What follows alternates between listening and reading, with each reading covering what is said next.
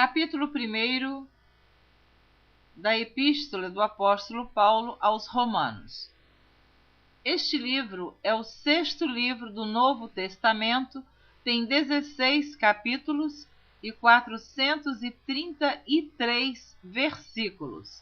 Então, ouça o capítulo 1.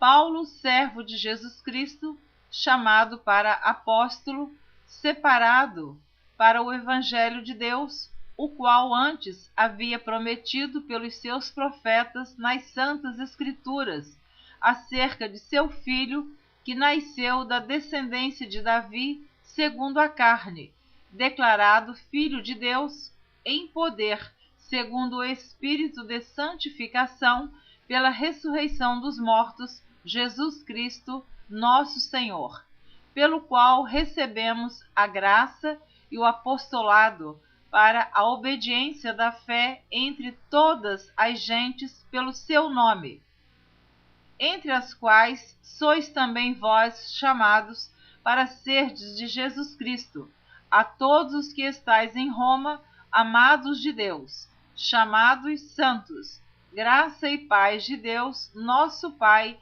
e do nosso Senhor Jesus Cristo. A fé dos romanos. Paulo anela vê-los. Primeiramente, dou graças ao meu Deus por Jesus Cristo acerca de vós todos, porque em todo o mundo é anunciada a vossa fé. Porque Deus, a quem sirvo em meu espírito, no Evangelho de seu Filho, me é testemunha de como incessantemente faço menção de vós, pedindo sempre em minhas orações que, n'algum tempo, pela vontade de Deus, se me ofereça boa ocasião de ir ter convosco, porque desejo ver-vos, para vos comunicar algum dom espiritual, a fim de que sejais confortados, isto é, para que juntamente convosco eu seja consolado pela fé mútua, tanto vossa como minha. Não quero, porém, irmãos, que ignoreis que muitas vezes propus ir ter convosco, mas até agora tenho sido impedido, para também ter entre vós algum fruto, como também entre os demais gentios.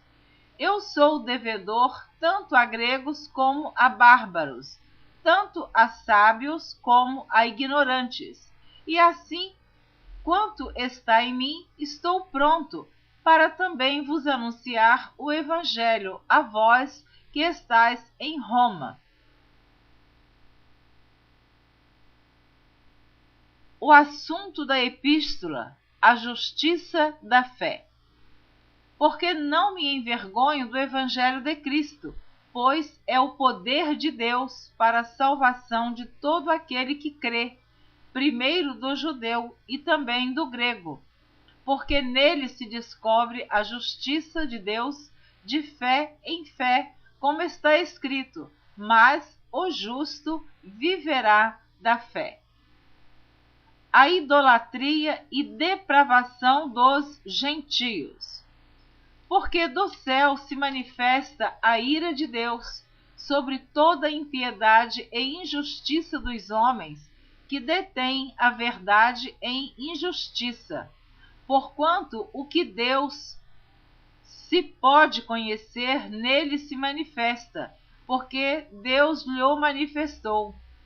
Porque as suas coisas invisíveis, desde a criação do mundo, tanto o seu eterno poder como a sua divindade, se entendem e claramente se veem pelas coisas que estão criadas, para que eles fiquem inexcusáveis.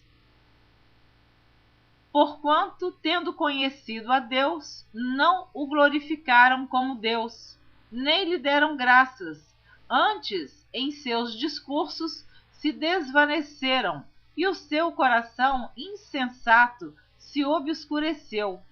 Dizendo-se sábios, tornaram-se loucos, e mudaram a glória do Deus incorruptível em semelhança da imagem de homem corruptível, de aves, de quadrúpedes e de répteis. Pelo que também Deus os entregou às concupiscências do seu coração, à imundícia, para desonrarem o seu corpo entre si, pois mudaram a verdade de Deus em mentira, e honraram e serviram mais a criatura do que o Criador, que é bendito eternamente. Amém. Pelo que Deus os abandonou às paixões infames, porque até as suas mulheres mudaram o uso natural no contrário à natureza. E semelhantemente também os varões, deixando o uso natural da mulher, se inflamaram em sua sensualidade uns para com os outros, varão com varão, cometendo torpeza e recebendo em si mesmos a recompensa que convinha ao seu erro. E como eles se não importaram de ter conhecimento de Deus, assim Deus os entregou a um sentimento perverso para fazerem coisas que não convêm, estando cheios de toda iniquidade, prostituição, malícia, avareza, maldade, cheios de inveja, homicídio, contenda, engano, malignidade, sendo murmuradores, detratores, aborrecedores de Deus, injuriadores, soberbos, presunçosos, inventores de males, desobedientes ao pai e à mãe, nécios, infiéis nos contratos, sem afeição natural, irreconciliáveis, sem misericórdia, os quais, conhecendo a justiça de Deus, que são dignos de morte, os que tais coisas praticam, não somente as fazem, mas também consentem aos que as fazem. Romanos capítulo 2. A impenitência dos judeus, a justiça de Deus. Portanto, és inexcusável quando julgas, ó homem, quem quer que sejas, porque te condenas a ti mesmo naquilo em que julgas a outro, pois tu que julgas, fazes o mesmo. E bem sabemos que o juízo de Deus é segundo a verdade sobre os que tais coisas fazem. E tu, ó homem, que julgas os que fazem tais coisas, cuidas que fazendo-as tu escaparás ao juízo de Deus? Ou desprezas tu as riquezas da sua benignidade e paciência e longanimidade, ignorando que a benignidade de Deus te leva ao arrependimento? Mas, segundo a tua dureza e teu coração impenitente, entesouras ira para ti no dia da ira e da manifestação do juízo de Deus, o qual recompensará cada um segundo as suas obras, a saber, a vida eterna aos que, com perseverança em fazer o bem, procuram glória, honra e incorrupção, mas indignação e ira aos que são contenciosos e desobedientes à verdade e obedientes à iniquidade. Tribulação e angústia sobre toda a alma do homem que faz o mal, primeiramente do judeu e também do grego. Glória, porém, honra e paz a qualquer que faz o bem, primeiramente ao judeu e também ao grego. Porque para com Deus não há acepção de pessoas, porque todos os que sem lei pecaram, sem lei também perecerão, e todos os que sob a lei pecaram, pela lei serão julgados. Porque os que ouvem a lei não são justos diante de Deus, mas os que praticam a lei hão de ser justificados. Porque quando os gentios, que não têm lei fazem naturalmente as coisas que são da lei, não tendo eles lei, para si mesmos são lei, os quais mostram a obra da lei escrita no seu coração, testificando juntamente a sua consciência e os seus pensamentos, quer acusando-os, quer defendendo-os. No dia em que Deus há de julgar os segredos dos homens por Jesus Cristo, segundo o meu evangelho. Os judeus são inexcusáveis, a verdadeira circuncisão.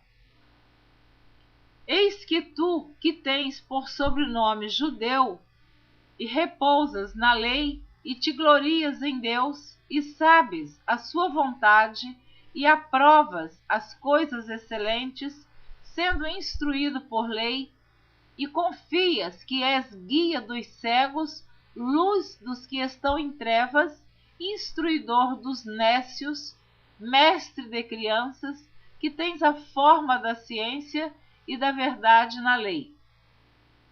Tu, pois, que ensinas a outro, não te ensinas a ti mesmo? Tu que pregas que não se deve furtar, furtas? Tu que dizes que não se deve adulterar, adulteras? Tu que abominas os ídolos, cometes sacrilégio? Tu que te glorias na lei, desonras a Deus pela transgressão da lei? Porque, como está escrito, o nome de Deus é blasfemado entre os gentios por causa de vós, porque a circuncisão é, na verdade, proveitosa se tu guardares a lei. Mas se tu és transgressor da lei, a tua circuncisão se torna em incircuncisão. Se, pois, a incircuncisão guardar os preceitos da lei, porventura a incircuncisão não será reputada como circuncisão? E a incircuncisão, que por natureza o é, se cumpre a lei, não te julgará porventura a ti, que pela letra e circuncisão és transgressor da lei? Porque não é judeu o que o é exteriormente, nem é circuncisão a que o é exteriormente na carne, mas é judeu o que o é no interior, e circuncisão a que é do coração, no espírito, não na letra, cujo louvor não provém dos homens, mas de Deus. Capítulo número 3. O privilégio dos judeus, a justiça de Deus. Qual é logo a vantagem do judeu? Ou qual a utilidade da circuncisão? Muita, em toda maneira, porque primeiramente as palavras de Deus lhe foram confiadas, pois que, se alguns foram incrédulos, a sua incredulidade aniquilará a fidelidade de Deus? De maneira nenhuma. Sempre seja Deus verdadeiro e todo homem mentiroso, como está escrito, para que sejas justificado em tuas palavras e venças quando fores julgado. E se a nossa injustiça, por causa da justiça de Deus, que diremos? Porventura será Deus injusto, trazendo ira sobre nós? Falo como homem, de maneira nenhuma. Do outro modo, como julgará Deus o mundo? Mas, se pela minha mentira abundou mais a verdade de Deus, para a glória sua, porque sou eu ainda julgado também como pecador? E por que não dizemos, como somos blasfemados, e como alguns dizem que dizemos, façamos males para que venham bens? A condenação desses é justa. Todos os homens estão debaixo do pecado. Pois que somos nós mais excelentes? De maneira nenhuma, pois já dantes demonstramos que, tanto judeus como gregos, todos estão debaixo do pecado. Como está escrito, não há um justo, nenhum sequer. Não há ninguém que entenda, não há ninguém que busque a Deus. Todos se extraviaram e juntamente se fizeram inúteis.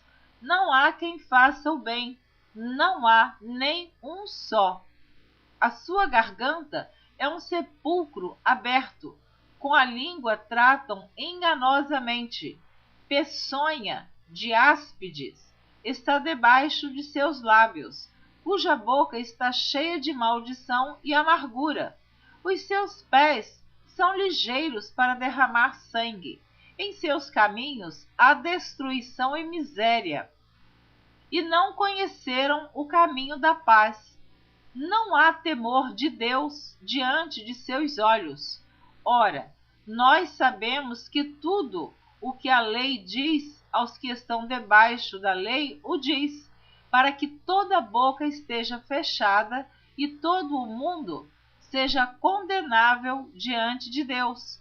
Por isso, nenhuma carne será justificada diante dele pelas obras da lei, porque pela lei vem o conhecimento do pecado.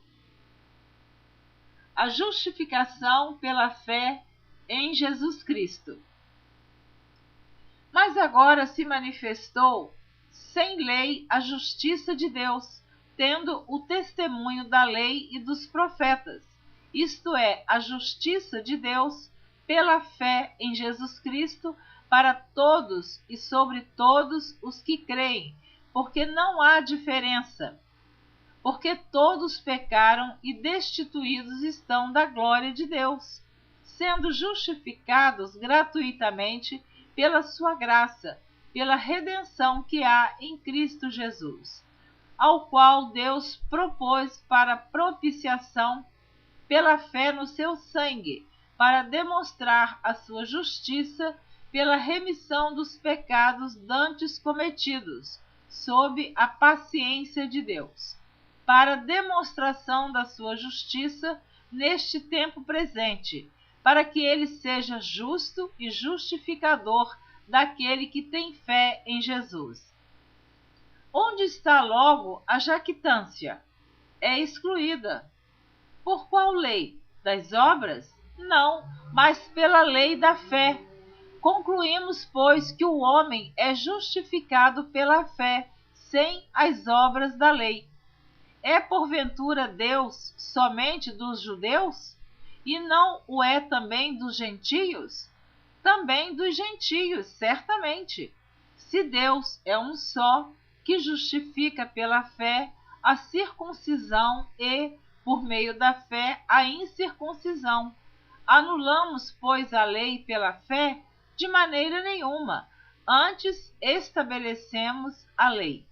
Amém. Você ouviu os capítulos 1, 2 e 3 da Epístola do Apóstolo Paulo aos Romanos. Espero você na próxima gravação, onde estarei lendo a partir do capítulo 4 da carta do Apóstolo Paulo aos Romanos. Até lá, espero você. Deus te abençoe abundantemente. Se desejar, continue ouvindo a leitura da Bíblia por Neuza Baldini. Amém.